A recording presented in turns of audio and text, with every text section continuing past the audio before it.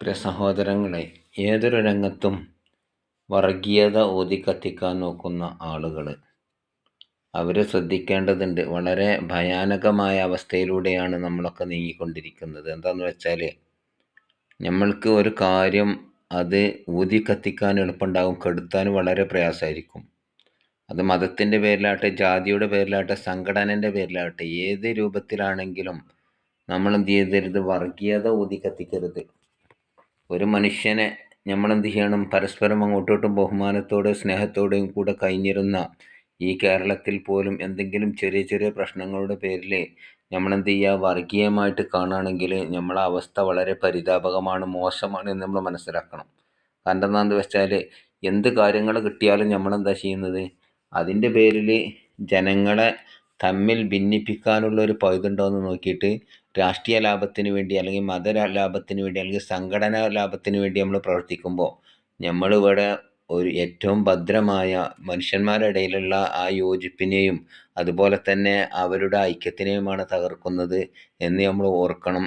ഒരു മരം കാവാകുകയില്ല എന്ന്, ഒറ്റ മരം കാവാകൂല എന്ന് പറഞ്ഞിട്ടില്ലെങ്കിൽ, എല്ലാവരും കൂടി നേടിയെടുത്ത സ്വാതന്ത്ര്യം, ജാതി മത ഭേദമന്യേ എല്ലാവരും കൂടി നേടിയെടുത്ത അതിൻ്റെ ആനുകൂല്യം പറ്റിയാണ് നമ്മളൊക്കെ ജീവിക്കുന്നത് എന്നൊരു ബോധം എല്ലാവർക്കും ഉണ്ടെങ്കിൽ, പരസ്പര സഹായവും സൗഹാർദ്ദവും പഴയ കാലത്തുള്ളതുപോലെ തന്നെ ഇനിയും നമ്മളത് കാത്തു സൂക്ഷിക്കേണ്ടതുണ്ട്. നമ്മുടെ ഹൃദയത്തിൽ ആരോടെങ്കിലും വെറുപ്പുണ്ടെങ്കിൽ ആ വെറുപ്പുകളൊക്കെ മാറ്റി വെച്ചിട്ട്, ഞാനിന്നോ നാളെ അല്ലെങ്കിൽ ആയിട്ട് ഞാനും ഇവിടെ നിന്ന് യാത്ര പോകാനുള്ളവനാണ്, ഇവിടെ ദുന്യാവ് വിട്ട് പിരിയുന്നവനാണ്, ഈ ലോകം വിട്ട് പിരിയുന്നവനാണ്, എൻ്റെ വാക്കുകൊണ്ട് ഇവിടെ എന്താണ് ഇനി വരുന്ന കാലത്ത് ഒരു വർഗീയത കത്തി നിൽക്കരുത് എന്ന വിശ്വാസം ഓരോരുത്തർക്കും, എനിക്കും നിങ്ങൾക്കൊക്കെ വേണം. അപ്പം നമ്മളെന്താണ് ഒന്ന് കുറച്ച് താഴ്ന്നു കൊടുക്കുക. ചില കാര്യങ്ങളിലൊക്കെ ചെറിയ ചെറിയ നിസ്സാരമായ കാര്യങ്ങൾക്ക് വേണ്ടിയിട്ട് എന്ത് ചെയ്യുക? തമ്മിലടിപ്പിക്കുന്ന സാഹചര്യം ഉണ്ടാവരുത്. ഇത് എത്ര വലിയ ഉന്നതരാണെങ്കിലും ആ ഉന്നതരൊക്കെ ഉന്നതരായത് ഇവിടെ മതസൗഹാർദ്ദം കൊണ്ടും പരസ്പര സ്നേഹം കൊണ്ടും സഹായിച്ചും സഹകരിച്ചും കൊണ്ടാണ് ഉന്നതമായ സ്ഥാനത്തിലേക്ക് ഇവരൊക്കെ എത്തിക്കുന്നത്. ഇപ്പോൾ ഒരു രാഷ്ട്രീയ നേതാവാണെങ്കിൽ, ഒരു പഞ്ചായത്ത് പ്രസിഡന്റ് ആണെങ്കിൽ പോലും അവരെ ആ സ്ഥാനത്ത് ഇവിടെ ഇരുത്തിയത് ഈ സാധുക്കളാണ് എന്ന് എന്തെങ്കിലും ഓർക്കണം.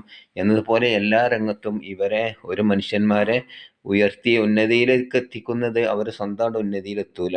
എന്നതുപോലെ തന്നെ എല്ലാ സംരംഭങ്ങളും വിജയിക്കണമെങ്കിൽ, ഒരു വീടുണ്ടാക്കണമെങ്കിൽ തന്നെ അതിന് എത്ര ആൾക്കാർ പണിപ്പെടണം. അതിൽ ജാതി മത ഭേദമന്യേ എല്ലാവരും നിർമ്മിക്കുന്ന വീടായതിൻ്റെ ശേഷം നമ്മൾ ആ പണിക്കാരെ അവരെന്താണ് മോശമായിട്ട് ചിത്രീകരിക്കുന്നത് നമ്മൾക്ക് ഒരിക്കലും യോജ്യമല്ല. അവരെ പണി ചിലപ്പോൾ മോശമുണ്ടെങ്കിൽ പണി മോശമാണെന്ന് പറയല്ലാതെ. അപ്പോൾ എന്തൊരു സംരംഭങ്ങളിലും എല്ലാവരും ഒറ്റക്കെട്ടായി ജീവിക്കുമ്പോഴാണ്, അതാണ് തേനീച്ച